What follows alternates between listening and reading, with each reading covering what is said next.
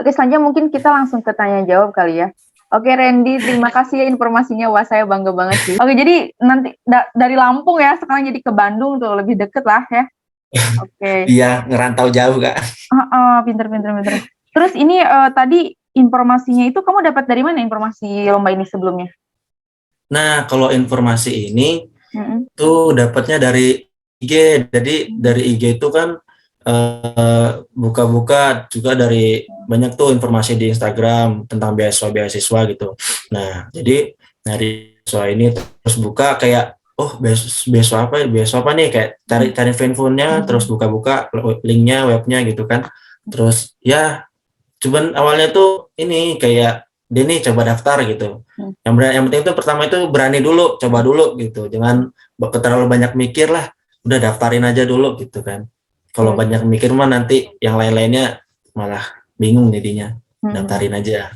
Oke. Saya juga baru tahu Apalagi ya gratis ini ya. loh. Heeh, heeh. Gratis. Iya beneran ya. Saya baru tahu sih informasi beasiswa ini ya. Jadi memang itu ya, sebenarnya banyak ya kan beasiswa tuh, tapi informasinya itu, Iya, ya banyak kan?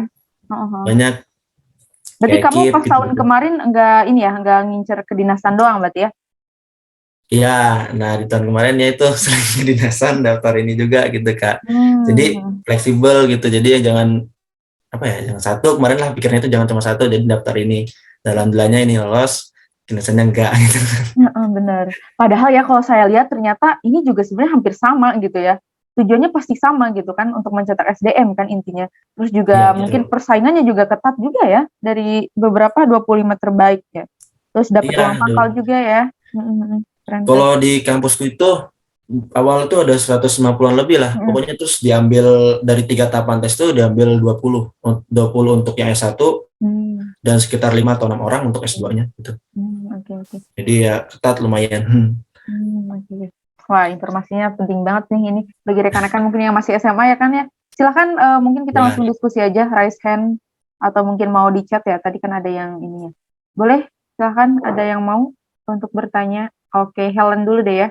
Nanti saya pin dulu. Silakan Helen, perkenalkan dari mana dan apa pertanyaannya. Karena pertanyaan saya mungkin sedikit bersimpangan dari topik yang ini, kan berasal dari Lampung. Dan saat ini kakak sedang menempuh pendidikan di Bandung. Kalian putus-putus nggak ya? Untuk merantau yang membuat kakak yakin akan keputusan. Oke, yang pertama tadi, kenapa kakak lebih memilih untuk merantau daripada mengenyam pendidikan di daerah sendiri? Dan hal apa yang membuat kakak yakin akan keputusan kakak tersebut? Lalu yang kedua, untuk final test, yaitu wawancara, secara garis besar, biasanya apa sih yang ditanyakan gitu? Terima kasih. Wassalamualaikum warahmatullahi wabarakatuh. waalaikumsalam. Oke, langsung aja Ren. Oh langsung jawab, oke. Jadi, nah ini sebenarnya menarik sih tentang yang pertama, kenapa sih jauh-jauh ke Bandung tuh kenapa gitu kan. Jadi awalnya itu memang izin ke orang tua itu sebelum daftar beasiswa ini, pengennya kuliah di luar Lampung.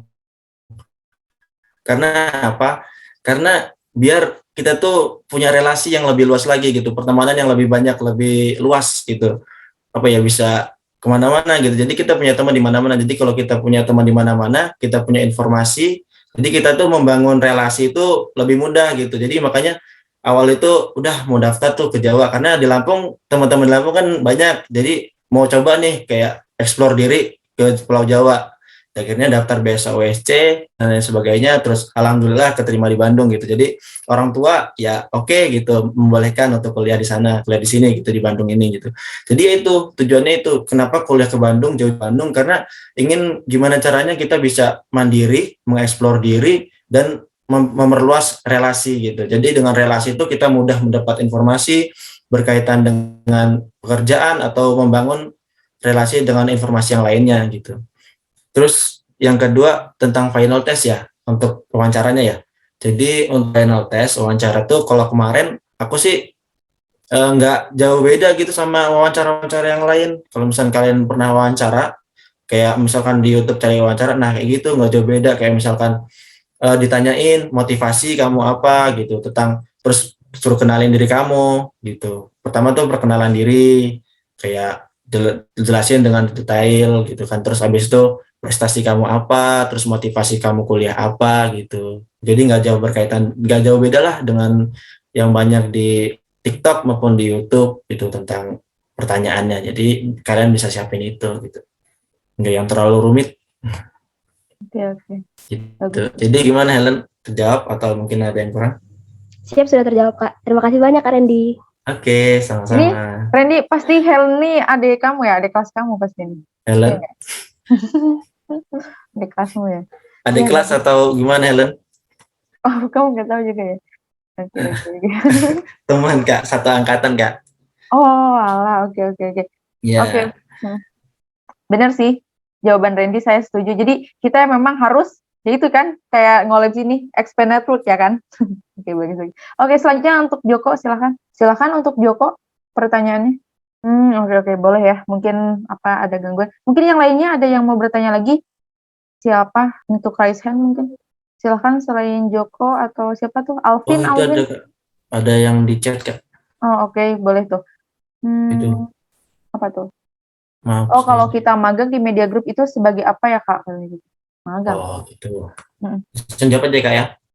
Boleh. Jadi magang di media group itu sebagai apa? Biasanya tuh setauku, seinformasiku itu kita magang itu nanti kita sesuai sama jurusan. Jadi jurusan kita apa? Biasanya nanti dari pihak mereka itu tentu gitu. Jadi kayak mengarahkan gitulah. Misalkan nih aku teknik lingkungan, jadi diarahkan ke sana atau mungkin aku bisa soft skill lain. Jadi di kuliah itu nggak kita cuma belajar apa yang mata kuliah itu. Jadi kita kuliah itu kita gimana caranya ngembangin diri kita, soft skills kita dan hard skill kita. Jadi ketika kita nanti magang atau lain sebagainya tuh kita bisa menyesuaikan gitu. Dan bagusnya sih mungkin dari media grupnya itu sesuai sama prodi kita, sesuai sama jurusan yang kita ambil gitu. Iya, benar-benar.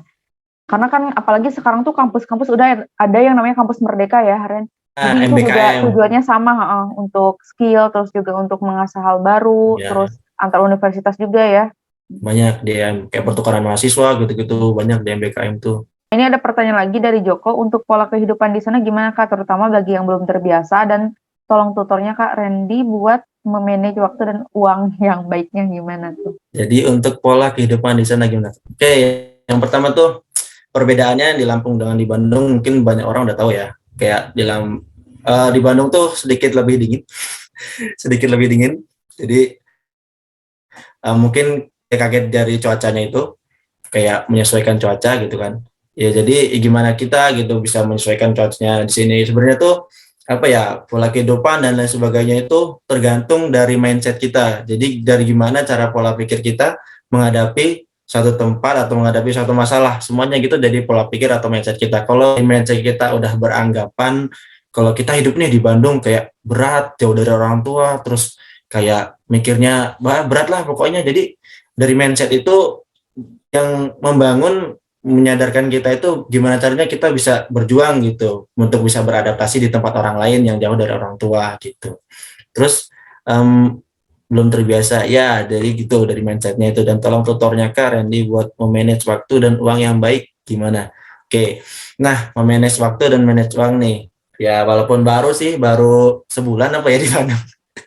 Jadi cara manage waktu aku biasanya dari SMA ini ya karena ini banyak kegiatan-kegiatan gitu. Jadi kalau manage waktu ada dibagi 4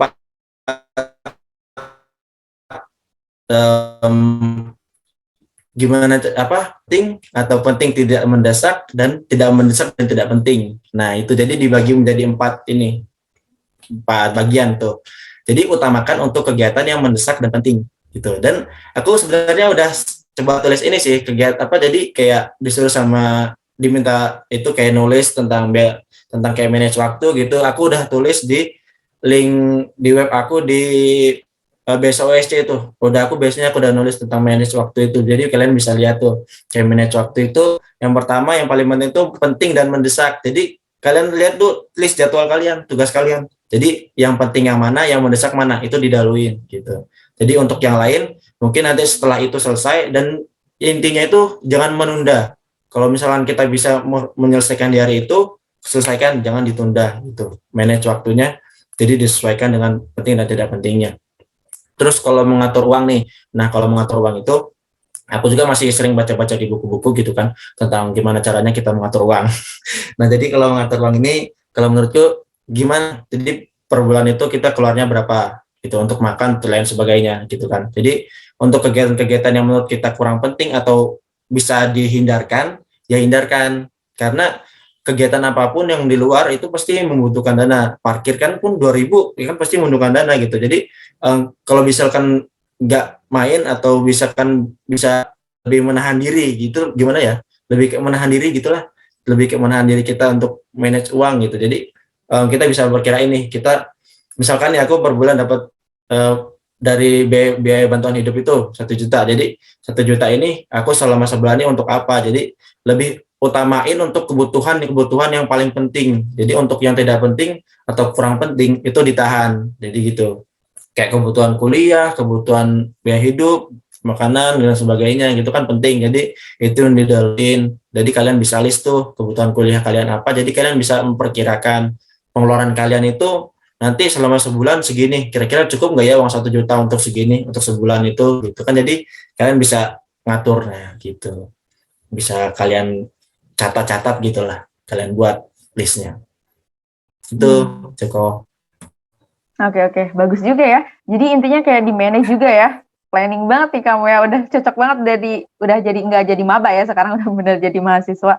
Ya sih penting banget itu ya. Apalagi mungkin di universitas yang memang bebas ya, Ade ya. Kan pastinya itu juga pergaulannya ya kan ya. Terus mungkin tadi juga disampaikan kayak keuangannya atau waktunya juga ya kan lebih bebas lagi. Jadi bagaimana mungkin itu dibalikan lagi kepada prioritas kamu tuh apa gitu ya. Cara manajernya gimana gitu. Oke. Nah, itu ada lagi nih pertanyaan dari Maurin katanya biaya beasiswanya itu terikat kerjasama media group GK ya. Maksudnya kalau sudah lulus lanjut kerja atau gimana tuh, Ren? Oh, gitu.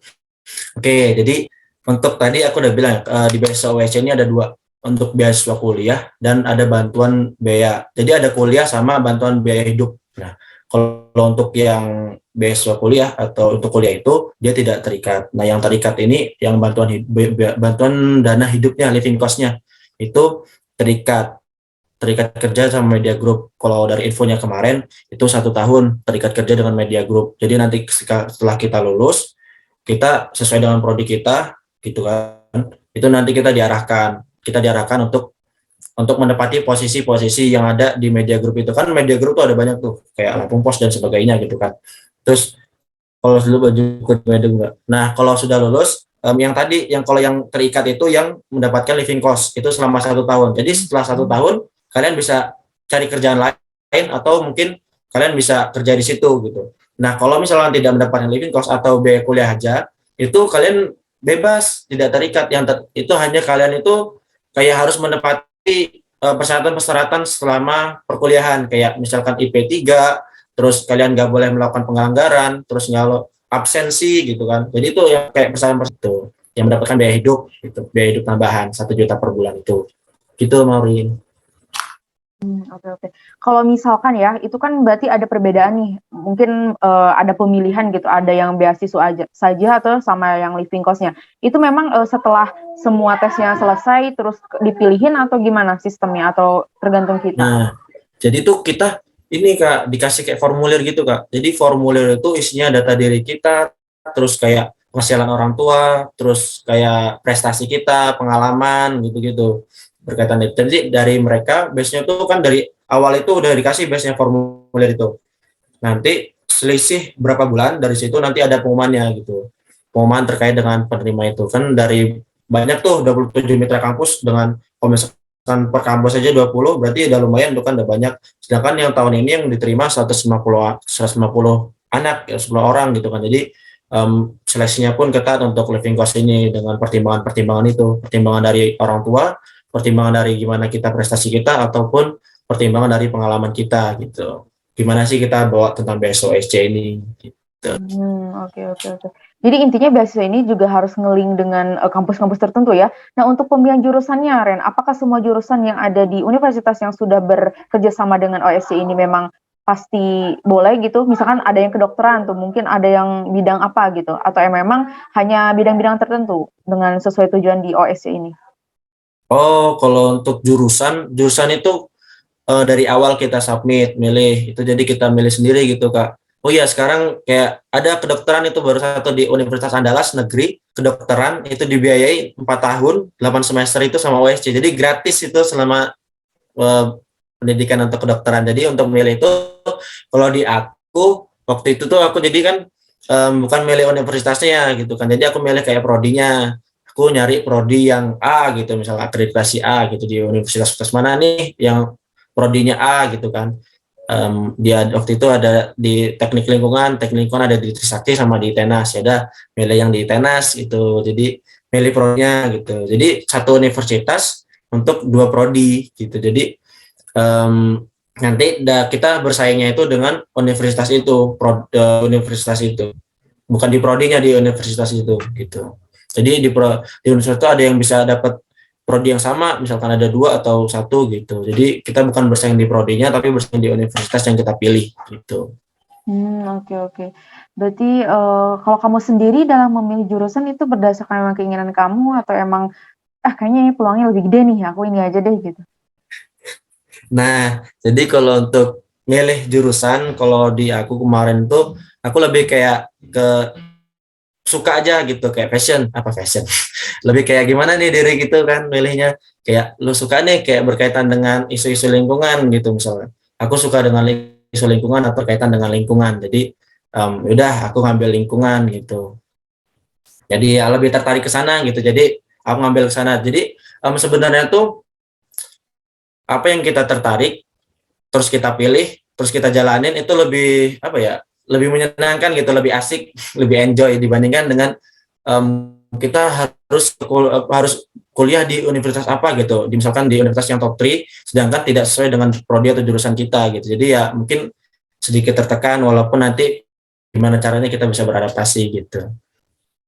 Iya bener sih, setuju banget ya. Jadi mungkin untuk teman-teman kan biasanya kalau SMA tuh bingung ya, bimbang gitu kayak jurusan tuh apa sih, bingung gitu nyari-nyari yang mungkin, biasanya kedokteran gitu kan atau mungkin ikut-ikutan teman. Tapi itu ya kembali lagi memang anak SMA ini biasanya setelah lulus tuh mereka memang belum mengetahui dirinya sesungguhnya itu seperti apa sih gitu ya, kayak jurusan yang Ya, kamu pengen tuh apa. Nah mungkin dari sekarang nih ada informasi baru mungkin bagi teman-teman itu bisa dipersiapkan dari sekarang ya, kayak milih-milih jurusan, kayak aku sebenarnya sukanya apa sih atau kayak outputnya saya tuh mau jadi apa sih cita-citanya gitu. Itu biasanya jadi bimbang juga ya dan mungkin jadi salah satu, sebenarnya strategi sebenarnya pemilihan jurusan itu, baik itu untuk SNPTN, untuk SBMPTN atau untuk tes-tes lainnya ya. Oke, gimana yang teman-teman lainnya ada yang ditanyakan lagi kah? Oke, dari Immanuel ya, untuk final testnya itu wawancara apa tes lagi ya Kak? Karena saya lihat webnya itu sesuai dengan pihak kampus yang dituju tuh bagaimana? Oke, jadi untuk final test ya sepengalamanku itu kita udah fokus di wawancara. Jadi final testnya itu wawancara. Biasanya sih kalau di kampusku di ITENAS itu wawancara. Kalau kurang tahu sih sebenarnya kalau untuk universitas lain, tapi biasanya rata-rata itu persiapannya wawancara untuk final testnya gitu. Terus ya sesuai kampus yang dituju gitu. Nah, jadi apa kampus yang kamu tuju? Jadi kamu udah fokus ke kampus itu. Jadi untuk informasi-informasinya biasanya tuh persyaratannya beda-beda. Untuk ITENAS, untuk presiden university itu beda-beda biasanya. Jadi untuk soalnya pun nanti kan ada di online itu ada 2 sesi, sesi siang dan sesi pagi kalau di tahunku gitu. Jadi untuk sesi pagi universitas ini, di sesi siang untuk universitas ini gitu. Jadi orang beda. Soalnya pun beda-beda. Ada yang soal tentang pengetahuan umum, ada yang ada kimianya, ada yang ada MTK-nya, ada yang nggak ada MTK-nya gitu. Biasanya beda-beda gitu. Kalau untuk final test pasti wawancara. Oke oke oke. Berarti intinya tergantung dari kampusnya gitu untuk tes-tes Iya, itu? betul, betul, Oh, betul. oke oke. Mhm. Oke teman-teman ada lagi yang mau ditanyakan? Randy tuh dulu, kamu gap year atau enggak ya? Apa Kak? Enggak ya? Enggak gap year kan? Gap year, gap year Kak. Oh iya iya iya, bener sih. Gap year, jadi Heeh. gap year Ini setahun. teman-teman di sini nih, coba tanya ada yang ini nggak? Ada yang gap year atau Ya, ada yang gap year nggak di sini? Kalau ada yang gap year ya mungkin bisa nih ikutin beasiswa mhm, ini gitu. Jadi mhm. cobalah, jangan nggak berani mencoba sesuatu gitu. Kita nggak tahu gimana yang nantinya, yang penting kita berani mencoba dulu. Untuk urusan dapat atau tidaknya itu udah pasti ada yang ngatur gitu. Udah, yang penting jalanin aja prosesnya. Aduh mantap kali nih adekku ya. Oke bener banget sih ya, kalau yang gap year tuh biasanya punya cerita tersendiri ya Ren ya, terus juga kayak Iya. punya suatu pengalaman, terus kayak apa ya istilahnya tuh, jadi kita bukan lebih dewasa sih, lebih berpikir panjang kali ya, Ya, terus juga lebih ya tahu lebih gitu, lebih realistis siap, lah Kak. lebih Iya, siap juga kan lebih kayak realistis. menghadapinya Iya. apa-apa gitu, dan pola pikirnya tuh udah benar gitu ya. Oke. Apa nih? Misalkan kita nih diterima terus selama pendidikan kurang memenuhi persyaratan yang telah ditetapkan itu kita. Oh, oke. Langsung jawab ya Kak. Nah, jadi untuk misalkan nih kita udah kuliah nih semester 1 atau semester 2, terus kita nggak memenuhi persyaratan, misalkan nih IP kita nggak di bawah 3, misalkan persyaratan di kampusnya IP-nya minimal 3, tapi kita di bawah IP 3 tuh, gimana? Apa nanti langsung dicabut atau gimana? Nah, biasanya di setiap kampus itu ada, di TNS itu ada bidang kemahasiswaan itu gitu, dan akademik. Biasanya nanti kita dipanggil tuh di situ, apa kita punya permasalahan apa sih, kenapa kita bisa IP-nya turun gitu-gitu. Biasanya nanti kita dibimbing di situ, nggak langsung diputusin beasiswanya, jadi kita nanti dapat arahan gitu kan. Biasanya tuh kita bisa apa, sharing dengan bidang kemahasiswaan itu. Mungkin nanti nggak cuma pertimbangan, nggak cuma dari IP, tapi dari prestasi kita selama kuliah, keaktifan kita selama kuliah itu dihitung juga selama kita mendapatkan beasiswa itu. Jadi nggak cuma IP, persyaratan-persyaratan itu. Kalau misalkan IP turun, terus kita punya prestasi dan sebagainya, itu menjadi bahan pertimbangan sama pihak kampus gitu. Tapi di tahun berikutnya diusahakan untuk statistiknya meningkat, untuk IP-nya di atas 3 gitu. Jadi nggak langsung diputus beasiswanya. Berarti sekarang kamu udah sibuk dong ya, udah ada jadwal berapa tuh? Gimana, seru nggak Kalau pengalaman sekarang kuliah sih pertamanya gimana tuh?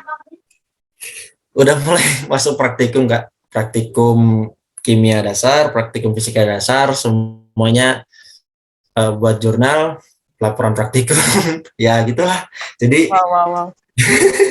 gimana kita bagi waktu, Seru-seru ya. banyak tugas, Hmm. Jadi orang Sunda tuh ya. Seru-seru ya. ya Kak, sedikit nih Kak, belajar Kak, biar ngobrol sama tanya ini lancar nih bahasa Sundanya nih. Hmm. Oke, seru-seru. Untuk UKM-nya kamu ikutan apa di sana? Seru juga ya? Kalau UKM di sini tuh baru beberapa yang buka, jadi belum semuanya, kayak baru paduan suara dan lain-lainnya. Jadi belum kayak semuanya gitu. Jadi masih belum ada yang rekrutmen, baru beberapa yang rekrutmen gitu. Jadi belum ikut. Belum tahu sih rencananya mau ikut apa. Oke. Mungkin di sana ada riset deh, ini kayak riset dan teknologi gitu, ada nggak UKM itu? UKM riset dan teknologi. Hmm,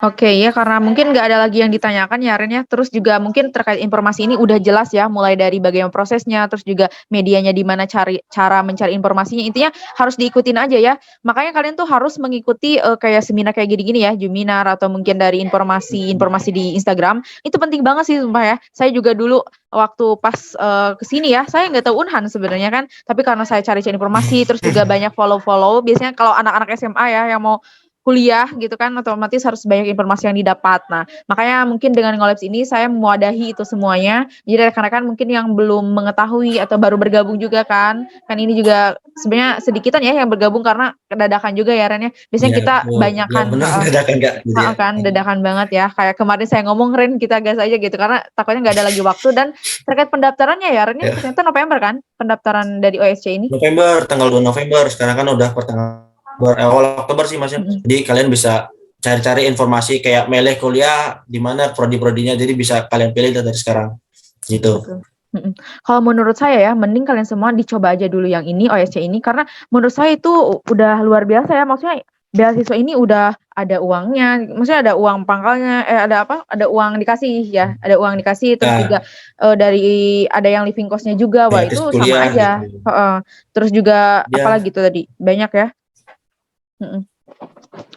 Iya sih, mending dicoba sih menurut saya ya, biar nanti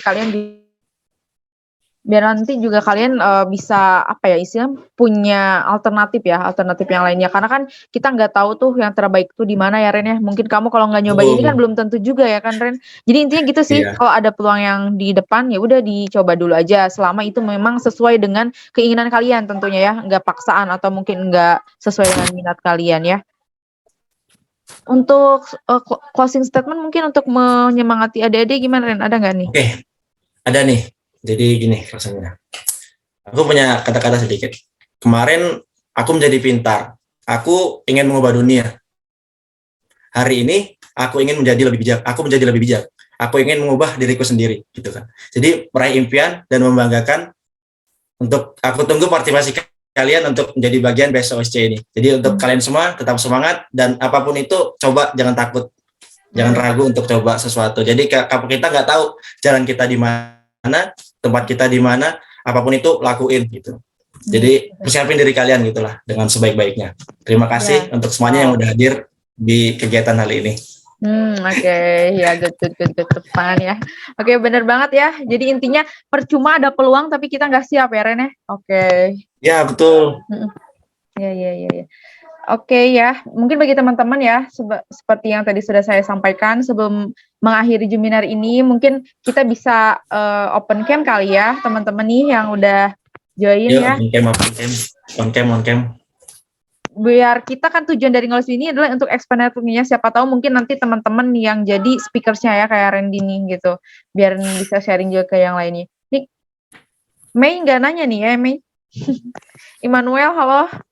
Siapa lagi nih Alvin? Oke, nggak mau on cam ya ini? Iya on cam.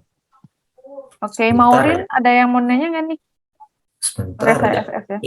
On cam yuk. Oke. Boleh kalian ini apa maksudnya bertanya atau mungkin perkenalan gitu kan, siapa tahu nanti kalau ada informasi gitu kan kita bisa sharing nanti. Pokoknya ikutin aja ya Ngolabs ini. Biasanya banyak kan di Ren. Oke, saya SS ya. 1, 2, 3. Oke, Ren ya. Halo, masih ini kah? Oke. Terima kasih ya Ren ya. Ya, oke. Saya sangat bangga nih ternyata. Terima kasih banyak Kak atas waktunya, kesempatannya. Iya. Kemarin juga yang Unhan ya, yang kemarin yang kesini juga banyak. Jadi mungkin nanti juga bakal ada sharing lagi sih terkait mungkin mau kedinasan, mau entah itu apa untuk speaker-speakersnya. Pokoknya saya bangga sih dengan adanya Ngolabs ini ternyata ya kayak membuahkan sesuatu yang baru dan membuahkan sesuatu. Jadi kayak berkembang gitu ya, berkembang dan tumbuh. Ya, gitu. betul Kak. Oke. Oke deh kalau gitu ya semua teman-teman semuanya. Terima kasih untuk waktunya dan see you in next Ngolabs. Thank you.